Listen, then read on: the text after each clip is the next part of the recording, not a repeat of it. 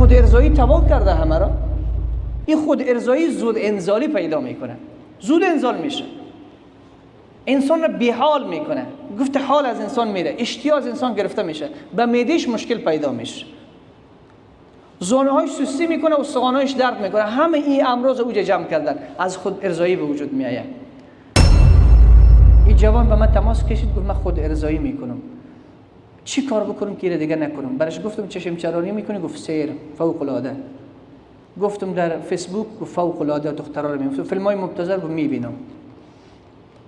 خود دخترای برهنه که خیلی زیاد هستن در اینستاگرام و تیک تاک و فلان و فلان، خود اینه که دیدی تو رو تحریک میکنه دیگه.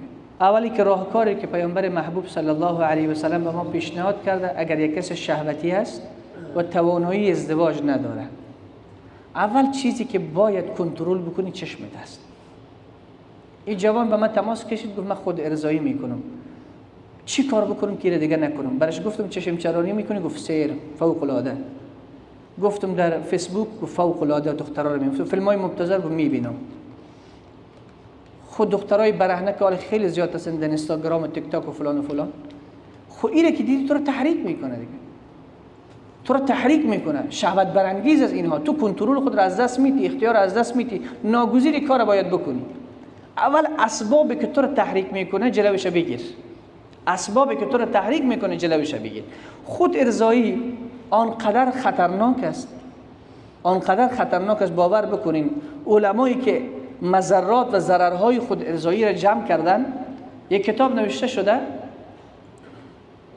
علی جرجاوی او کتاب نوشته که تشریح و فلسفه اسلامی، حکمت التشریح و فلسفه اسلامی، در مجلد دومش صفحه 191 امو چاپ عربیش، فارسی هم از او آمده. در اونجا گفته که کسی که خود ارضایی میکنه چشماش ضعیف میشه، حلقه های سیاه زیر چشمش پیدا میشه، دستش لرزه پیدا میکنه، جبن برش زیاد میشه، در یک مجلس نمیتونه خوب صحبت بکنه، یعنی جبن پیدا کنه. 10 نفر باشه این نفسش سوخته سوخته گپ میزنه، جبن برش پیدا میشه، از زن خود لذت نمیبره و زود انزالی برش پیدا میشه. وقتی نزدیک زنش میره هنوز هم شروع نکردن به او جماع کردن که وقت منی بیرون شده، یعنی انزال، زود انزالی برش پیدا میشه. باز برو به این دواخانه به اون دواخانه یک دوا بتین که من زود انزالی دارم. خب نکو برادر، خود ارضایی تباه کرده همه را. این خود ارضایی زود انزالی پیدا میکنه، زود انزال میشه، انسان را بیحال میکنه، گفت حال از انسان میره، اشتها از انسان گرفته میشه، به معدهش مشکل پیدا میشه، زانو هایش سستی میکنه و استخوان‌هایش درد میکنه. همه این امراض اوج جمع کردن از خود ارضایی به وجود میآید. ولی فقط در یک صورت خود ارضایی مباح دانسته شده، در صورتی که تو در زنا گرفتار شدی. الان اگر این کار را نکنی زنا میکنی، اگر این کار را نکنی زمینه مساعد شده، زمینه فراهم است، فقط اون طرف زنا است، این طرف تو خود ارضایی بکنی که تا از این زنا نجات پیدا کنی. در اون صورت فقهای ما گفته امید برده میشه که این مؤاخذه نشود.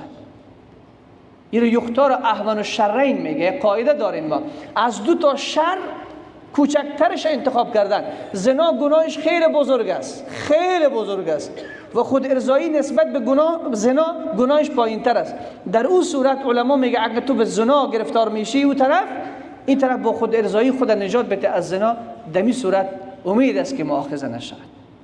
ان شاء الله گرفتین این مطلب درست. الله به ما شما توفیق عملش نصیب بگردونه.